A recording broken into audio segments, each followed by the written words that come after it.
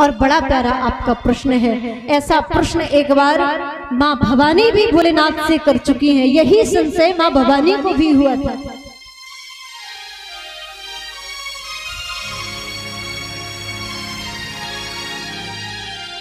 बोले महाराज पार्वती सती मैया को भी ऐसा संशय हुआ? बोले हाँ, सती जी को भी ये संशय हुआ था।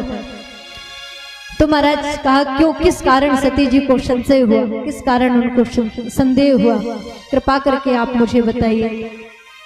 याज्ञवल्क्य जी महाराज कहते हैं ऐसे ही संशय कीन भवानी महादेव तब कथा बखानी।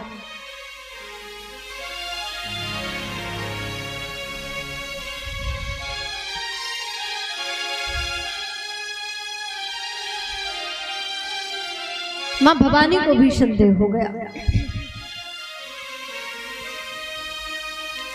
भोलेनाथ ने भगवान की कथा सुनाने का प्रयास किया, क्योंकि जब भी भगवान की कथाओं पर कभी संदेह होना, आश्चर्य हो, बुद्धि तर्क देने लगे, तो फिर भगवान की कथा के द्वारा ही संशय को मिटाया जा सकता है। भोलेनाथ उस संशय को मिटाने के लिए मां भवानी को कुंभज ऋषि के पास लेकर के गए। गोस्वामी तुलसीदास जी महाराज लिखते हैं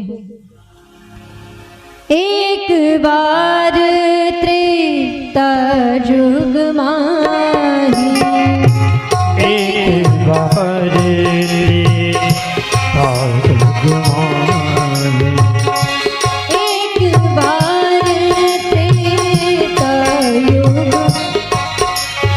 एक बार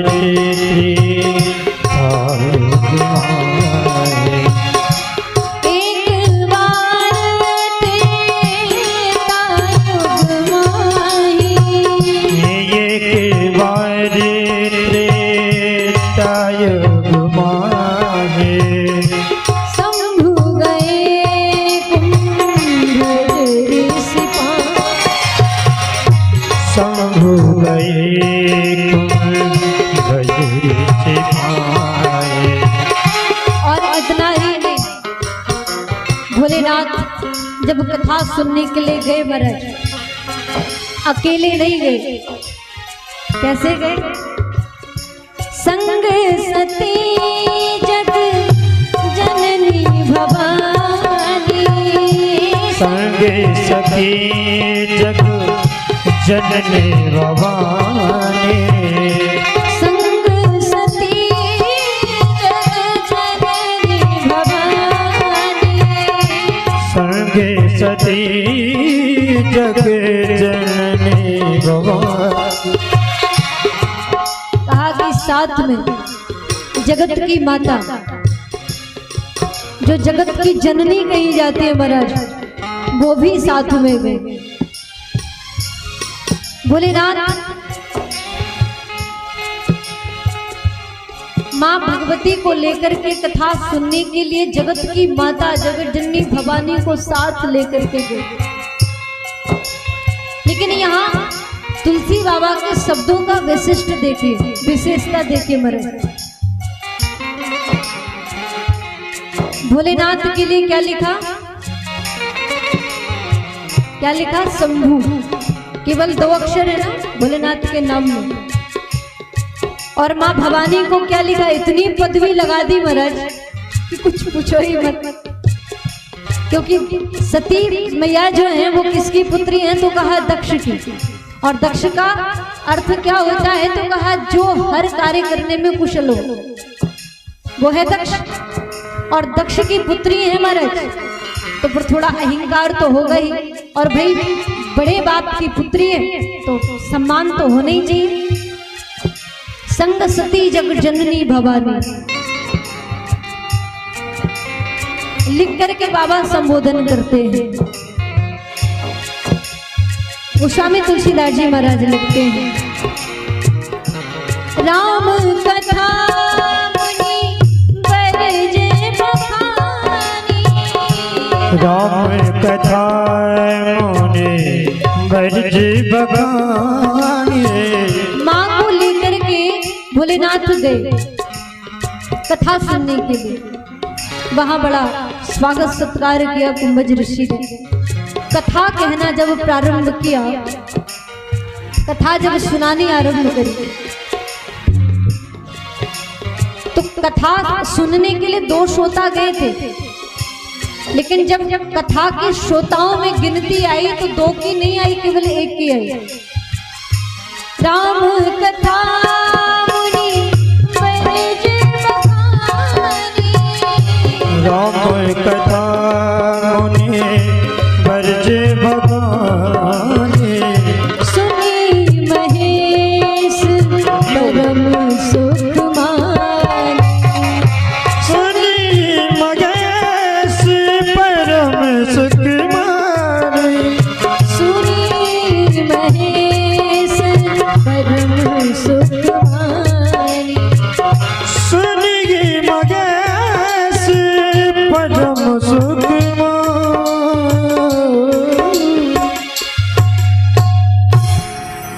जब महाराज कुंभज ऋषि ने कथा कहना प्रारंभ किया तो नाम केवल 1 श्रोता का आया और वो है भोलेनाथ। अच्छा, यहाँ पर विचार किया जाए कि भोलेनाथ के लिए जब आए तो 2 शब्द क्यों लिखे गए, केवल 2 नाम, केवल एक के नाम में 2 अक्षर। वो भी तो भाई जगत के नियंता है, जगत के आधार भोलेनाथ। सृष्टि को कब लय करना है महाराज, सब उनके हाथों में ही है। और ऐसे प्रभु को केवल शंभु कहकर संबोधित कर दिया, अर्थात अर्थ क्या है। और जगत की माता भवानी को, सती मैया को बड़ी पदवी लगा करके महाराज उनका स्वागत किया, उनका परिचय कराया। तो यहाँ व्यवहारिक दृष्टि से अगर देखा जाए, आध्यात्मिक दृष्टि से देखा जाए तो यहाँ बड़ा प्यारा भाव निकलता है। व्यक्ति के जीवन में 4 पुरुषार्थ होते हैं, 4 चीजें ऐसी होती हैं जिनमें हमें 2 कमानी पड़ती है। 2 हमें कमानी पड़ती है और 2 हमारे साथ में ही आती हैं जब जीव जन्म लेता है।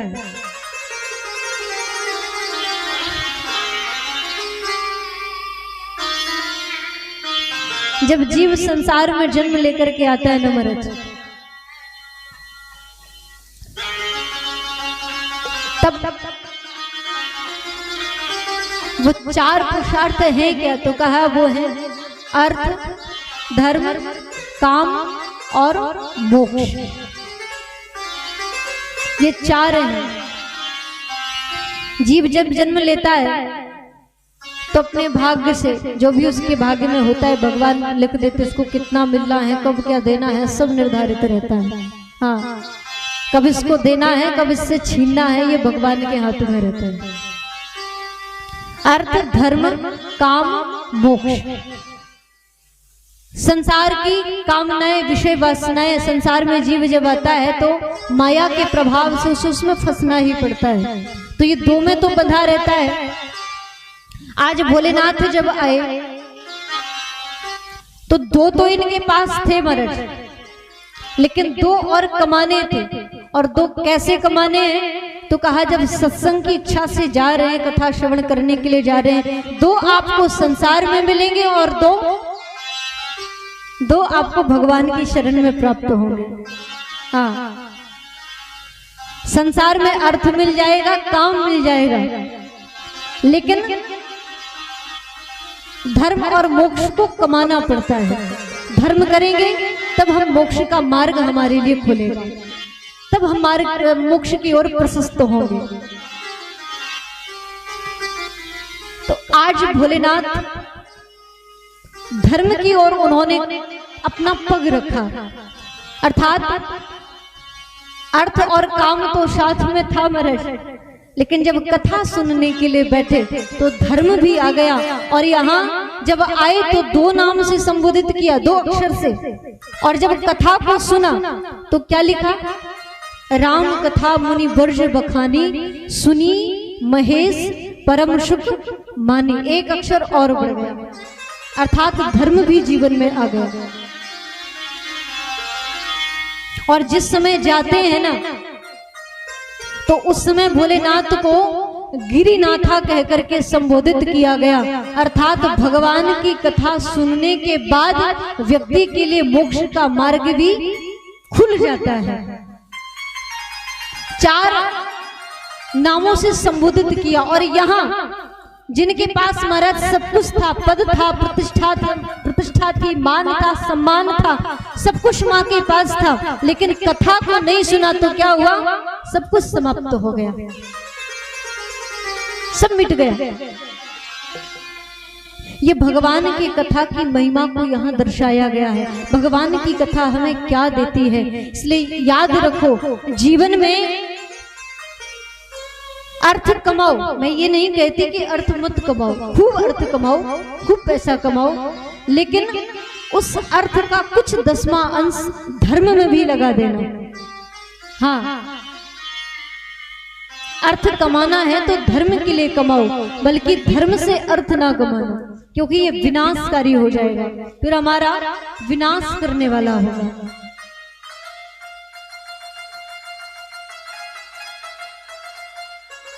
भगवान की कथा मोक्ष के मार्ग को प्रशस्त करती है। आज भोलेनाथ ने कथा को सुना, कथा सुनने के बाद बड़े प्रसन्न हो गए, लेकिन माँ ने सोचा कि क्या कथा को सुनना, अरे ये जगत के नियंता है। और सबसे पहली बात तो ये है महाराज, जब भोलेनाथ यहाँ आए, जिनके पास कथा सुनने के लिए आए, कैलाश से उतर करके पृथ्वी पर आए हैं, ये तो जगत के आधार हैं, जगत के नियंता हैं, और ये एक मुनि के द्वारा कथा सुन रहे हैं, ये क्या कथा सुनाएंगे? पहली बात तो महाराज वक्ता पे ही संदेह कर लिया, जिसके द्वारा कथा सुननी थी उस पे ही संदेह हो गया। और फिर दूसरी बात, जब उसने कथा सुनाना प्रारंभ किया तो फिर उस कथा को सुना भी नहीं, कथा को सुना भी नहीं। क्यों? क्या तो मैं बड़े बाप की बेटी हूं भाई, मैं तो दक्ष की पुत्री हूं, मुझे क्या कथा सुनना? कथा पर ध्यान नहीं दिया, और अंत में स्थिति क्या हुई? तो कहा मां की सारी पदवियों को छीन लिया गया। भगवान की कथा में जब भी आओ ना, जब भी कहीं भी जाओ, मंदिर में जाओ, भगवान की कथा में जाओ, सत्संग में जाओ, गुरु के पास जाओ, संतों की शरण में जाओ, तो अपने अभिमान को निकाल करके एक तरफ रख देना, हाँ, और फिर उनके पास जाना। क्योंकि जब तक हमारे जीवन में अहंकार रहेगा, और अहंकार को हमने यहाँ बिठा करके कथा को हम एक बार नहीं 1000 बार सुन लें, तब भी ये कथा हमारा कल्याण करने वाली नहीं बनेगी। इसलिए पहले अगर मिटाना पड़ेगा महाराज, तो अहंकार को मिटाना पड़ेगा, कहीं ये अहंकार हमारे जीवन में ना आ जाए। क्योंकि जीव का प्रभाव हमेशा नहीं रहता है। संसार में कभी किसी को अगर अपना बनाना है ना, तो अपना प्रभाव दिखा करके नहीं, बल्कि अपना स्वभाव दिखा करके अपना बनाओ। संसार में जीव जब अकेला पड़ जाता है, और जब कोई सहारा नहीं मिलता है ना, तो उस समय प्रभाव काम नहीं आता है, उस समय आता है स्वभाव काम। कई लोग क्या करते हैं महाराज, अपना प्रभाव दिखाते, मेरे पास इतना बल है, पैसे से लोगों को खरीद लिया करते, अपना प्रभाव दिखाते, डरा धमका के अपना बनाते हैं, सपोर्ट मांगते हैं। लेकिन होता क्या है? तो कहा जब तक प्रभाव रहता है तब तक वो तुम्हारा रहेगा, और जब तुम्हारा प्रभाव खत्म हो जाता है ना, तो जिसको तुम अपना बनाते हो वो भी दूर हो जाता है। इसलिए स्वभाव सदैव रहने वाला है, प्रभाव सदैव नहीं रहेगा। इसलिए अपना स्वभाव ऐसा बनाओ कि समाज तुम्हें पाने के लिए, तुम्हें देखने के लिए लालायित हो। अपने अहंकार का भूत निकाल करके फिर भगवान की कथा को सुनना। भागवत में कथा आती, आप सभी ने सुनी होगी, जिस समय भरत जी महाराज अपने गुरु के पास जा रहे थे, तो उस समय रघुगढ़ अपने गुरु के दर्शन करने के लिए जब जा रहे थे, भरत जी महाराज ने उनके अहंकार को समाप्त किया था। क्योंकि वो जानते हैं, संत जानते हैं कि जब तक हमारे जीवन में अहंकार रहेगा तब तक हम भगवान को प्राप्त नहीं कर सकते। हम हजारों बार सत्संग कर ले तब भी हमें वो लाभ नहीं देगा। इसलिए अहंकार को पहले महाराज मिटाना ही पड़ेगा। आज कथा को श्रवण कराया कुंभज ऋषि ने भोलेनाथ को। भोलेनाथ ने कथा भी सुनी बड़े प्रसन्न होकर के, लेकिन सती मैया ने कथा को सुना नहीं। जब जाने लगे विदा मांगी, मुनिशन विदा मांग त्रिपुरारी, चले भवन सब दक्ष कुमारी। भगवान को कहा कि जब भगवान शिव जी कथा सुनकर के मुनि से विदा मांगी, अब महाराज जिससे कथा सुनी जाए उसको दक्षिणा भी देनी पड़ेगी। भोलेनाथ ने सोचा क्या किया जाए, इनको क्या दक्षिणा। अच्छा, अब ये जो कहेंगे उनके कहे अनुसार ही मैं दक्षिणा प्रदान करूंगा।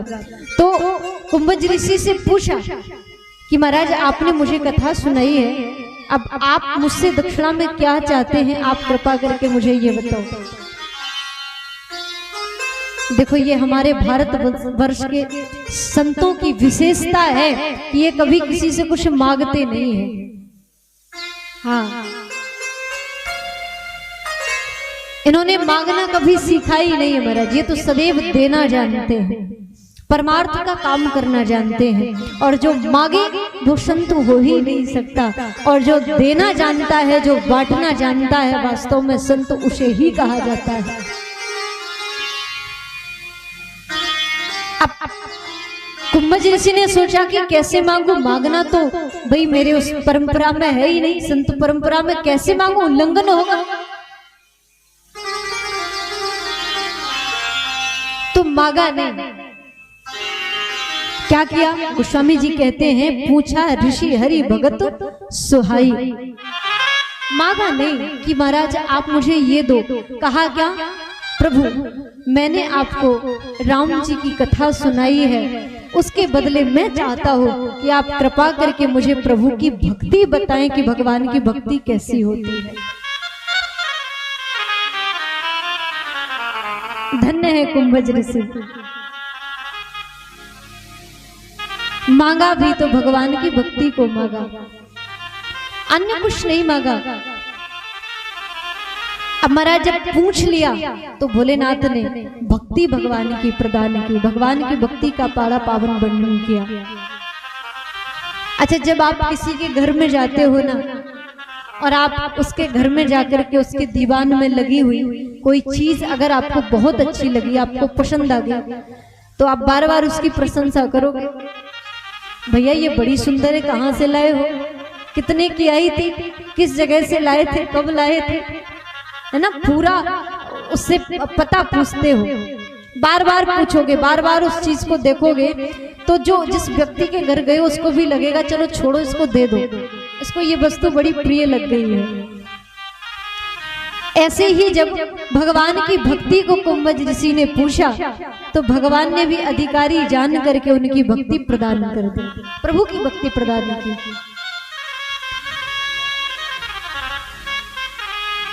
संतों के पास जब भी कभी जाओ तो और कुछ मांगना ही मत, क्योंकि संतों के पास भगवान की भक्ति के अलावा कुछ नहीं होता। हमारी वैदिक संस्कृति में, वैदिक परंपरा में कहा जाता है कि दो चीजें बड़े भाग्य से मिलती है, संत का क्षण और अन्न का कण। इन चीजों को कभी बर्बाद नहीं करना चाहिए, व्यर्थ में गवाना नहीं चाहिए, क्योंकि अन्न भी बड़े भाग्य से मिलता है। और जो संत हमें दर्शन, हमें संत देते हैं, संत का दर्शन जब हमें मिलता है तो ये भी बड़े भाग्य से प्राप्त होता है, ऐसे ही नहीं हो जाता। क्यों? जब भगवान की अहेतु की कृपा हो जाए, भगवान की जब हमारे ऊपर बड़ी विशेष कृपा हो, तब समझ लेना कि अब हमें संत के दर्शन हुए।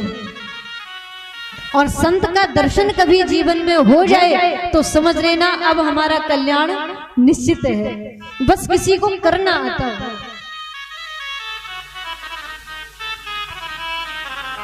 अब मैं इसका उदाहरण दूं, संतों के दर्शन हमें होते हैं, कई जगह दर्शन हो जाते हैं, लेकिन हम उसका लाभ नहीं ले पाते, उनका फल नहीं ले पाते, क्योंकि हमें वो गुण है ही नहीं कि कैसे हम उनके आशीर्वचन को ग्रहण कर पाए, उनसे अपनी मुक्ति का द्वार प्रशस्त करवा पाए। आज भी हमारे भारतवर्ष के संतों में वो सामर्थ्य है कि हम जीवों की बिगड़ी हुई किस्मत को संवार सकते हैं। आज भी जो भाग्य में लिखा है ना, उस महाराज उसको पलट करके सही कर सकते हैं। लेकिन हम उनकी शरण ग्रहण करना तो जाने, हम उनके सत्संग का लाभ लेना तो जाने। आज हम डरते हैं कि संत जी के पास जाओ, संत जी माला ना पकड़ा दे, संत जी घर ना छुड़वा दे, संत जी धुनी ना रमवा दे, संत जी सेवा में ना लगा ले, संत जी भगवा ना पहना दे। यही सब डर तो रहता है, हम इस वजह से संत के पास जाते नहीं। लेकिन ध्यान देना, जब भी संत का दर्शन हो तो भगवान की अहित की कृपा समझ जाना, भगवान की बड़ी कृपा है।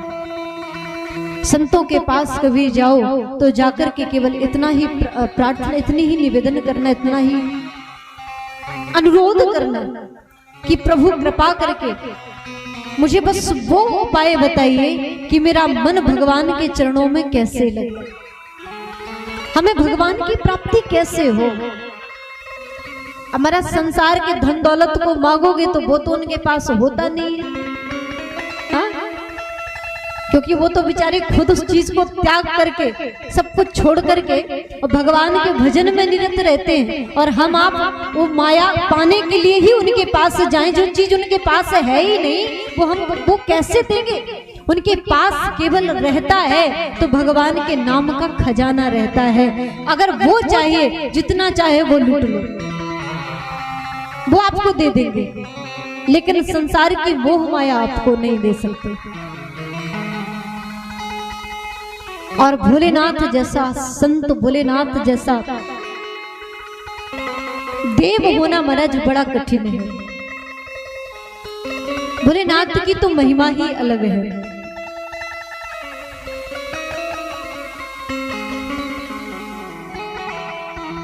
इसलिए जहां भी भगवान के नाम के मोती मिल जाएं, बस उस मोती को बटोरने का प्रयास करना। हाँ, क्योंकि असली धनवान हम तभी कहे जाएंगे जब हमारे पास भगवान के नाम का धन होगा।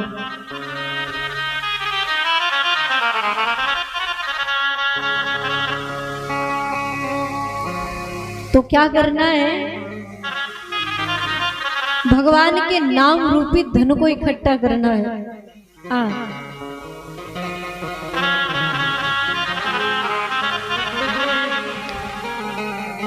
मेरे साथ बड़े भाव से सभी लोग कहेंगे, राम नाम के हीरे मोती मैं बिखराऊं गली गली, अरे ले लो रे कोई राम का प्यारा सुर मचाऊं गली गली, ले लो रे कोई राम का प्यारा शोर मचाऊं गली गली, रे कोई राम का प्यारा शोर मचाऊं गली गली। राम नाम के हीरे मोती, राम नाम के हीरे मोती मैं बिखराऊं गली गली, ले लो रे कोई राम का प्यारा सुर मचाऊं गली गली, ले लो रे कोई राम का प्यारा शोर मचाऊं गली गली।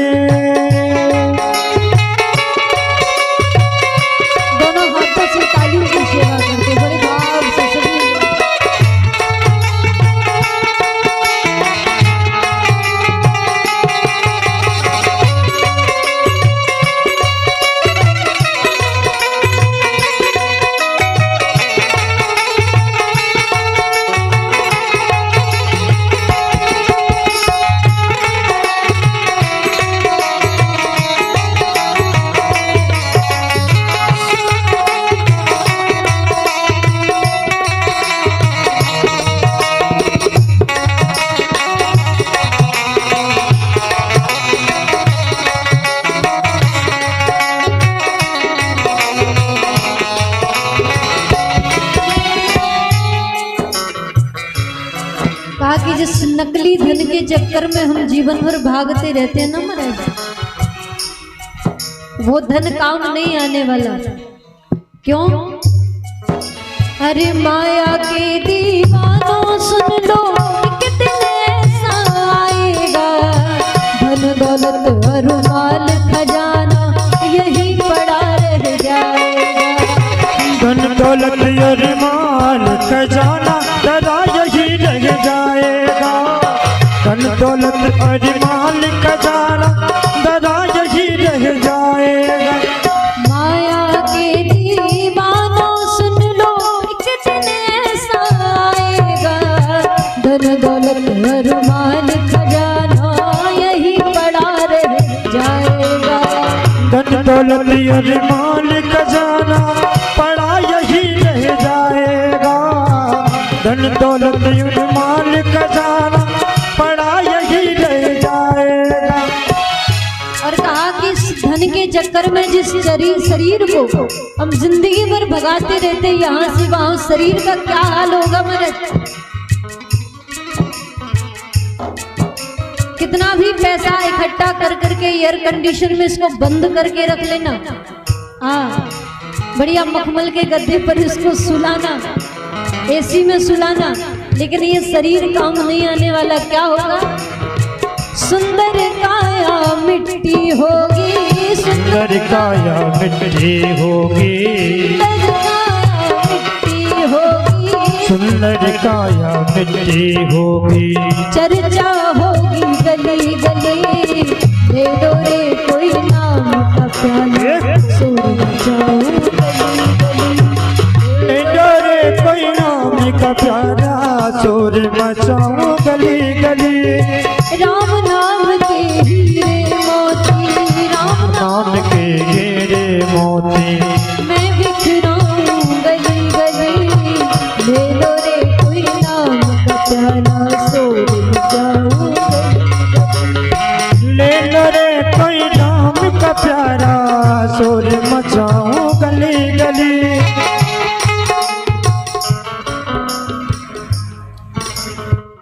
क्या करना है? बोलो राम, बोलो राम, बोलो राम राम राम, बोलो राम, बोलो राम, बोलो राम राम राम, बोलो राम, बोलो राम, बोलो राम राम राम, बोलो राम, बोलो राम, बोलो राम राम राम, बोलो राम, बोलो राम, बोलो राम राम राम, बोलो राम राम राम, बोलो राम राम राम, बोलो राम राम राम। बोलो राम राम राम।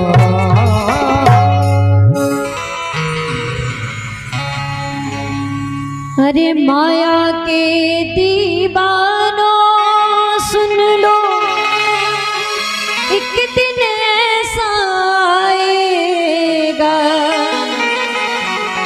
धन दौलत और माल खजाना यही पड़ा रह जाएगा। ये वही राम जी हैं जिनकी कथा हम कुंभज ऋषि से सुन करके आ रहे हैं। सती मैया बोली, आप इनको इष्ट मानते हैं। भगवान शिव ने कहा कि सोई मम इष्ट देव रघुवीरा, ये मेरे इष्ट भगवान श्री राम हैं। सेवत जाहि सदा मुनि धीरा, जिनको मुनि अपने हृदय में धारण करके सदा इनका भजन करते रहते हैं, सदा इनका दर्शन स्मरण करते रहते हैं, ये वही मेरे राम जी हैं।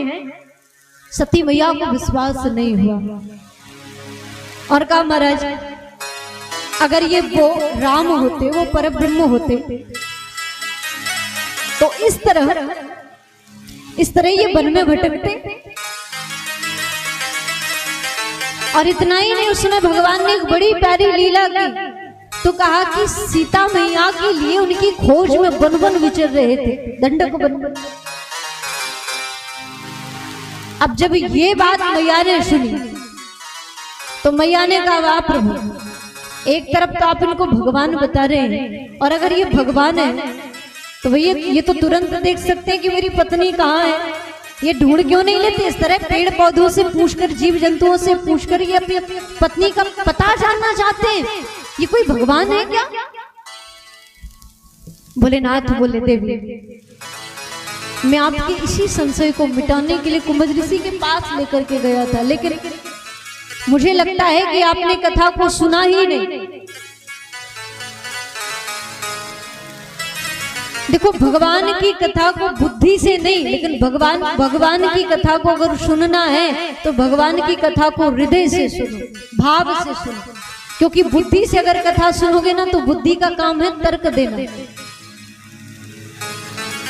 ये अच्छी भली कथा में भी महाराज तर्क वितर्क निकाल देती है बुद्धि। इसलिए भगवान की कथा को भाव से सुनो, बुद्धि से नहीं। मैया ने क्या लगा दी महाराज? तो कहा बुद्धि का प्रयोग कर दिया।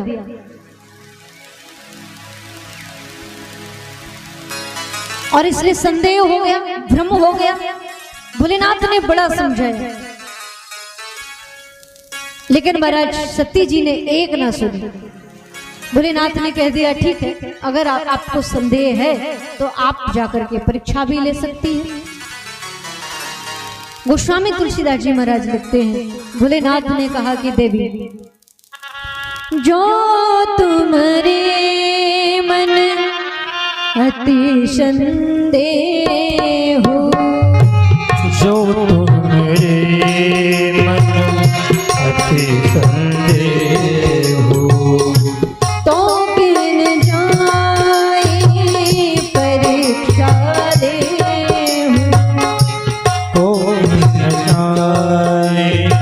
परीक्षा दे। भोलेनाथ ने कह दिया, देवी अगर आपको बहुत ज्यादा ही संशय हो रहा है तो एक काम करो, आप परीक्षा ले लो, परीक्षा लेना। लेकिन देवी आप वहां जाओ और जैसे भी आपका ये भ्रम मिटे, आपको जो करना पड़े, जैसे भी ये भ्रम आपका जाए, आप उस प्रकार का काम करना। भोलेनाथ कहते हैं, जैसे जाए मोह भ्रम भारी, जैसे जाए मोह भ्रम भारी, करे हूँ सुजतन विवेक विचारी, करे हूँ सुजतन विवेक विचारी,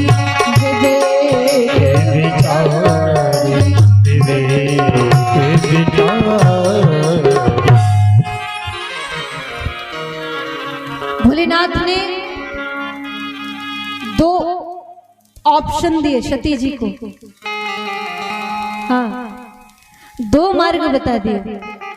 अगर आपका हृदय प्रधान है तो आप विवेक से काम लेना, और अगर हृदय नहीं, आपकी बुद्धि प्रधान है तो आप विचार से काम लेना।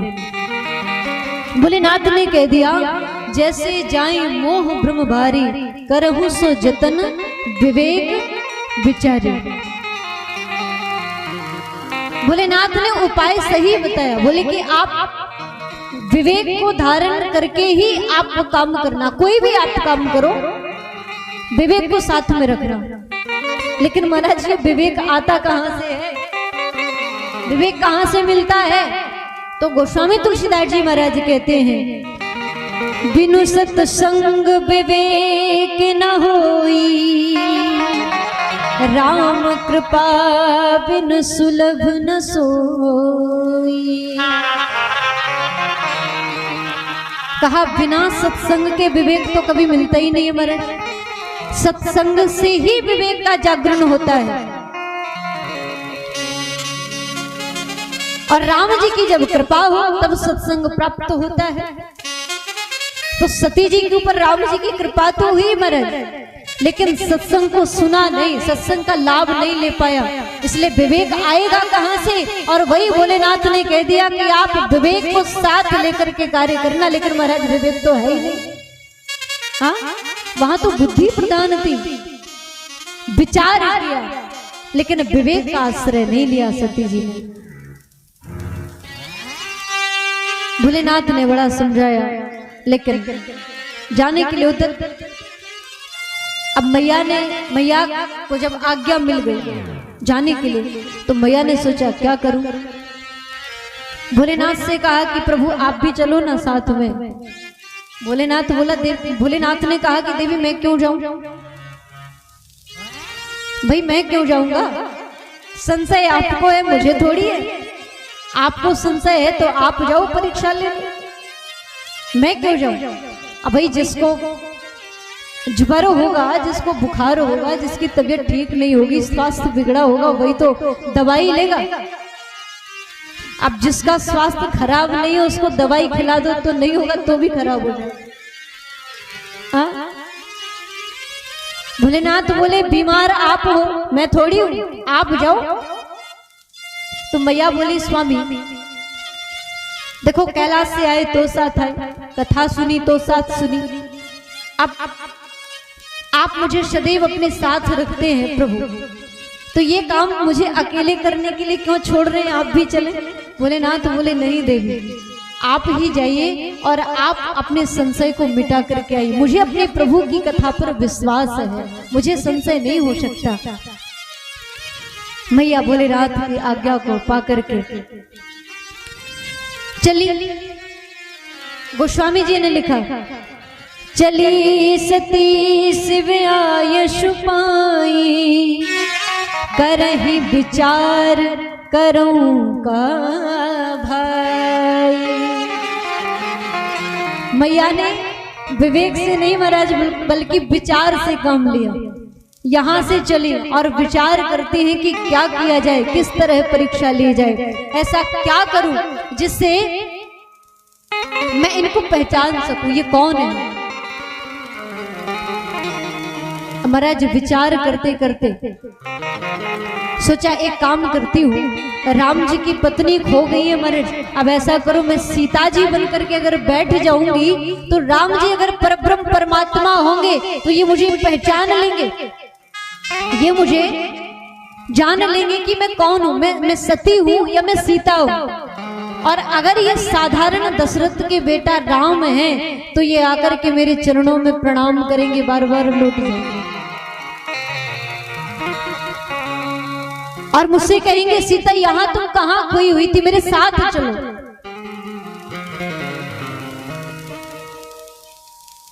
बड़ा विचार करने के बाद महाराज बुद्धि ने जो उपाय बताया उसके अनुरूप सती मैया ने प्रयास किया, गई सीता का रूप बना करके बैठी। भगवान श्री राम जिस मार्ग से आ रहे थे सती मैया उसी मार्ग में सीता जी का रूप बना करके बैठी। और स्वामी तुलसीदास जी महाराज लिखते हैं पुनि पुनि हृदय विचार कर धर सीता कर रूप, आगे होए चल पंथ तही जहि आवत नर भूप। जिस मार्ग पर भगवान को आना था उसी मार्ग पर जाकर सीता जी का भेष बना करके मां बैठ गई। राम जी का मेरे आगमन हुआ, भगवान श्री राम ने देखा तो भगवान प्रभु तो पहचान गए, लेकिन लक्ष्मण के मन में ये भाव आया कि राम जी की कैसी लीला चल रही है। लक्ष्मण जी ने सोचा कि सीता मैया तो सामने विराजमान है, लेकिन राम जी फिर भी इनको देख नहीं रहे हैं, इनको बुला नहीं रहे हैं, अरे पहचान नहीं रहे हैं। लेकिन लक्ष्मण जी ने सोचा अभी मेरे बोलने का समय नहीं आया है, पता नहीं प्रभु की कौन सी लीला चल रही है, अगर मैं बीच में बोल गया महाराज तो बिगड़ ना जाएगा। इसलिए लक्ष्मण जी शांत रहे और भगवान श्री राम ने सती जी को देख करके भगवान गए और जाकर के मेरे प्रभु ने प्रणाम किया मां के चरणों में। अरे जगत की माता दक्ष महाराज की पुत्री आप मैया, आप इस वन में अकेले क्या कर रही हैं? क्या आप रास्ता भटक गई हैं? क्या आप भूल गई हैं? अगर आप कहें तो मैं आपको वहां पहुंचा दूं जहां भोलेनाथ विराजमान है। और मैया भोलेनाथ कहाँ गए हैं? आज अकेले ही आप यहाँ विचरण कर रही हैं। भगवान श्री राम की जब इतनी बात को सुना, भगवान ने केवल सती जी का ही परिचय नहीं दिया, बल्कि उनके पिताजी का नाम भी बता दिया कि आप तो उनकी पुत्री हो। सती जी को महाराज बड़ा आश्चर्य हुआ और संकोच भी हृदय में जागृत हुआ। संकोच करती हुई वहां से उठी और उठ करके भगवान से कुछ नहीं कहा। जान गई कि इन्होंने पहचान लिया, ये साक्षात परब्रह्म परमात्मा भगवान श्री राम हैं। ये तो जगत के नियंता, जगत के आधार, सर्वेश्वर परब्रह्म भगवान श्री राम, और मैं इन पर संदेह कर गई। मैया वहां से गई महाराज और एक स्थान में नेत्र बंद करके बैठ गई, क्योंकि भगवान ने अपनी माया को दिखाना प्रारंभ किया। जहां मां भगवती देखें वहां मैया को भगवान का स्वरूप दिखाई पड़े। महाराज लक्ष्मण भगवान श्री राम और जानकी मैया का स्वरूप दिखाई दे, और जब ये देख करके मैया परेशान हो गई, अपने नेत्र बंद किए और एक जगह बैठ गई। भगवान श्री राम जी ने सोचा कि अभी मेरे प्रभाव को जान गई हैं। भगवान ने सारी माया को समाप्त किया और मैया वहां से भोलेनाथ के पास प्रस्थान करी, और वहां जाकर के भोलेनाथ के पास जैसे ही गई, भोलेनाथ ने पूछा कि देवी आप परीक्षा लेकर के आ गई, अब मुझे ये बताओ कि आपने किस प्रकार परीक्षा ली है, क्या किया आपने, आपका संदेह मिटा कि नहीं मिटा। तो सती मैया ने कह दिया, प्रभु कछु न परीक्षा लीन गुसाई, कछु न परीक्षा लीन गुसाई, कीन प्रणाम तुम्हारे दीन प्रणाम तुम्हारे नाम। मैया ने कह दिया कि प्रभु मैंने कोई परीक्षा नहीं ली, आपने जो कहा था ना मैंने ऐसा कुछ नहीं किया। प्रभु मैं तो केवल वहां गई तो जाकर के मैंने केवल उनको प्रणाम किया, जैसे आपने प्रणाम किया था ऐसे मैंने प्रणाम किया। भोलेनाथ बोले ऐसा तो नहीं हो सकता। अरे भाई प्रणाम करना था तो तभी कर लेती जब मैंने किया था, अलग से जाने की आवश्यकता क्या थी। और जब भोलेनाथ ने ध्यान लगा करके देखा, तब शंकर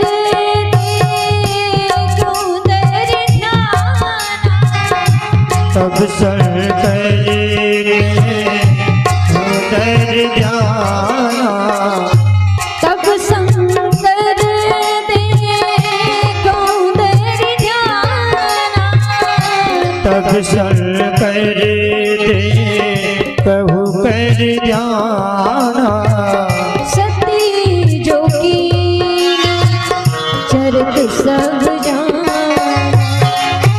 सती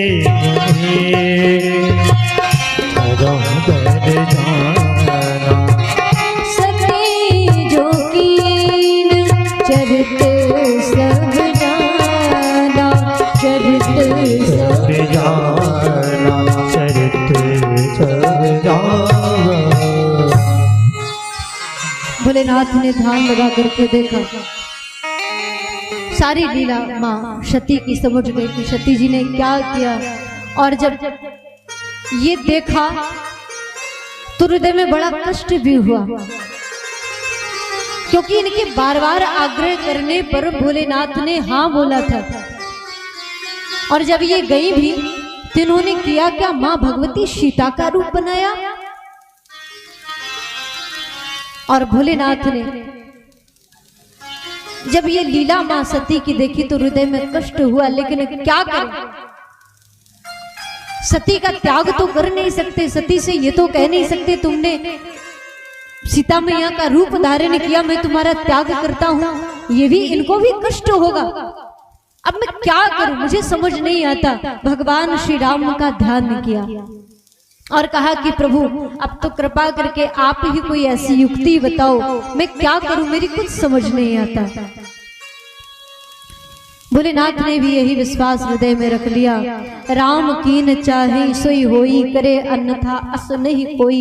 भगवान जो चाहते हैं वही होता है, इसमें किसी का कोई दोष नहीं। और मेरे राम जी की यही इच्छा है। भोलेनाथ ने अपने मन में दृढ़ संकल्प किया और मन में ही संकल्प करके दृढ़ हो जाते हैं भोलेनाथ। गोस्वामी जी महाराज लिखते हैं, ये ही तन सती ही भेंट मोहि नाही, शिव संकल्प कीन मन माही। सती जी का त्याग किया। भोलेनाथ माँ सती जी से कुछ ना बोल करके यहाँ से प्रस्थान करते हैं महाराज, और कैलाश पर्वत तक जाते हैं। नाना तरह की कथाएं सुनाते जाते हैं सती मैया को। लेकिन सती जी को भी इस बात का अनुमान हृदय में हो गया कि भोलेनाथ ने ऐसा क्या संकल्प किया, क्योंकि संकल्प करने पर आकाशवाणी हुई कि महेश आपकी जय हो, आपने भक्ति की अच्छी दृढ़ता की है। ऐसा कौन सा दृढ़ संकल्प भोले बाबा ने किया है, मां सती पूछना चाहती हैं, लेकिन भोलेनाथ से कुछ कह नहीं पा रही, क्योंकि मैंने अपने पति के वचनों पर संदेह किया है, अपने पति के वचनों को माना नहीं है।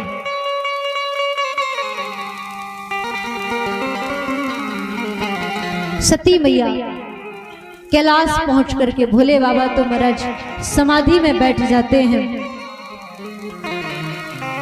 87,000 वर्ष बीतने के बाद भोलेनाथ की समाधि खुली, और समाधि खुलने पर जब राम नाम शब्द का उच्चारण किया प्रभु ने, तब मां सती जी ने सोचा कि भोलेनाथ अब प्रभु की आराधना से जाग गए, इनकी समाधि खुली है। जाकर के चरणों में मैया ने प्रणाम किया। लेकिन पति का ना बोलना, भोलेनाथ का बात ना करना, दृढ़ प्रतिज्ञा करना सती मैया के हृदय को कहीं ना कहीं जला रहा था। और सोचा कि जो पति के प्रेम से जो स्त्री वंचित हो, भला ऐसी स्त्री जीवित रह करके क्या करेगी। इसलिए हे विधाता, तू कृपा करके मुझे उठा ले, मैं शरीर को अब रखना नहीं चाहती।